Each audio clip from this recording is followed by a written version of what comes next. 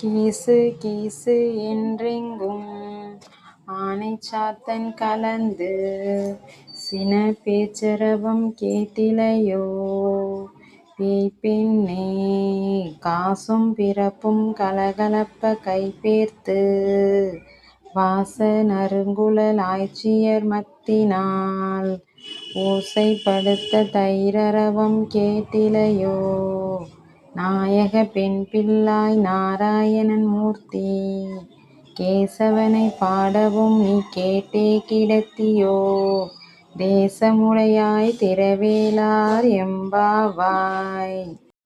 பொருள்: அறிவில்லாதவளே, ஆனைச்சாத்தன் என்றழைக்கப்படும் வலியன் குருவிகள் கீச்சிடும் குரலும் அவை தங்கள் துணையுடன் பேசும் ஒலியும் உனக்கு கேட்கவில்லையா? வாசனைமிக்க கூந்தலை உடைய ஆய்குலப் பெண்கள் மத்து கொண்டு தயிர் கடையும் ஓசையும், அப்போது அவர்களது கழுத்தில் அணிந்துள்ள அச்சுத்தாலியும் ஆமைத்தாலியும் இணைந்து ஒலியெழுப்புவது இன்னுமா கேட்கவில்லை? எல்லோருக்கும் தலைமையேற்று அழைத்துச் செல்வதாக சொன்ன பெண்ணே, நாங்கள் நாராயணனான கேசவனை புகழ்ந்து பாடுவது உன் காதில் கேட்டும் உறங்கும் மர்மம் என்ன? பிரகாசமான முகத்தைக் கொண்டவளே, உன் வீட்டுக் கதவைத் திற. திருப்பாவை கீசு கீசு பாடலின் விளக்கம்: பெருமாளுக்கு பல திருநாமங்கள் உண்டு. இதில் கேசவா என்ற திருநாமத்தை 7 முறை சொல்லிவிட்டு அன்றாட பணிகளுக்கு கிளம்பினால் அன்றைய பணிகள் தங்கு தடையின்றி முடியும் என்பது நம்பிக்கை. கேசவன் என்ற சொல்லுக்கே தடைகளை நீக்குபவன் என்று தான் பொருள். வாழ்வில் ஏற்படும் தடைகளை கடக்கும் இப்பாடலை திவ்ய தேசங்களில் ஒன்றான ஆயர்பாடி டில்லி ஆக்ரா ரயில் பாதையில் உள்ள மதுராவில் இருந்து 12 கிலோமீட்டர் தலத்தை மனதில் கொண்டு ஆண்டாள் பாடி அருளினாள். நன்றி. அனைவருக்கும் வணக்கம். ஆண்டாள் அம்மா அருளிய நம்ம திருப்பாவை நம்ம சேனலில் தினமும் போட்டுட்ருக்கோம். நீங்கள் பார்த்துட்ருக்கீங்க, பாடிட்டுருக்கீங்க. எல்லா நலமும் வளமும் உங்களுக்கு கிடைக்கணும்னு நான் வேண்டிக்கிறேன்.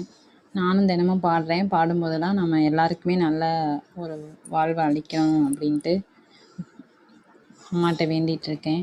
நீங்கள் சொல்லுங்கள், நம்ம சேனலில் நான் இது போட்டுட்ருக்கேன்.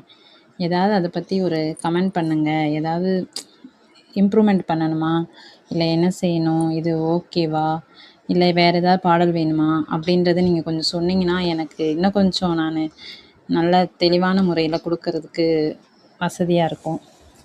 அதனால தான். Okay, thank you. நம்ம சேனலை தொடர்ந்து பார்த்துட்டு வாங்க. நம்ம சேனலில் திருப்புகழ், தினம் ஒரு திருப்புகழ்னு திருப்புகழ் போட்டுட்ருக்கேன். அப்புறம் திருவருட்பா, அருட்பெருஞ்சோதி அகவல், திருப்பாவை, அனுமன் ஜெயந்தி அன்னைக்கு அனுமன் பாடல்கள் போட்டிருந்தேன்.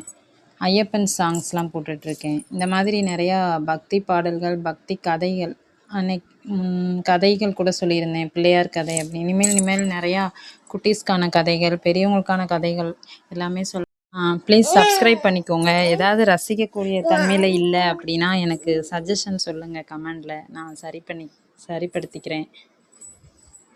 நன்றி, வணக்கம்.